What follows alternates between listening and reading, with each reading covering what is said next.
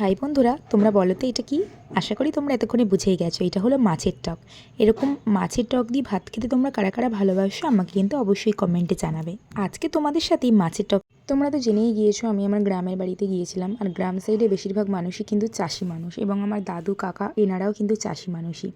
তো এনারা এইসব টক এইগুলো খেতে কিন্তু বেশি ভালোবাসে এবং পছন্দও করে। গরমের মধ্যে কাজ থেকে এসে, মাঠে তো প্রচুর খাটাখাটনি হয়, মাঠ থেকে এসে এরকম মাছের টক দিয়ে ভাত, তারপরে পান্তা, এইসবই কিন্তু ওরা পছন্দ করে। তো সেই জন্য দেখো এখানে এক গামলা বানিয়ে নিয়েছে মাছের টক। মাছের টকটা দেখতে কেমন হয়েছে তোমরা কিন্তু অবশ্যই কমেন্টে জানাবে। আর তোমরা কারা কারা এরকম মাছের টক দিয়ে ভাত খেতে ভালোবাসো সেটাও কিন্তু আমাকে জানাবে।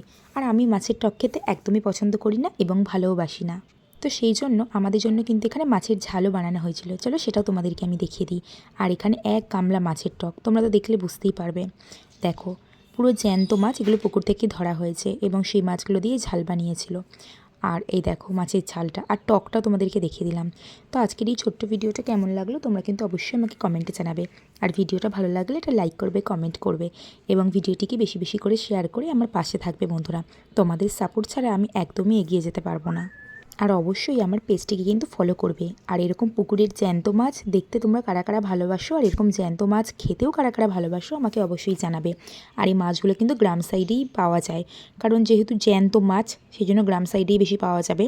আর আমাদের এখানে তো শহরে মাছগুলো জ্যান্ত পাওয়াও যায় না খুব একটা। তো যাই হোক, চলো বন্ধুরা আজকের মতো ভিডিওটা এইটুকুই।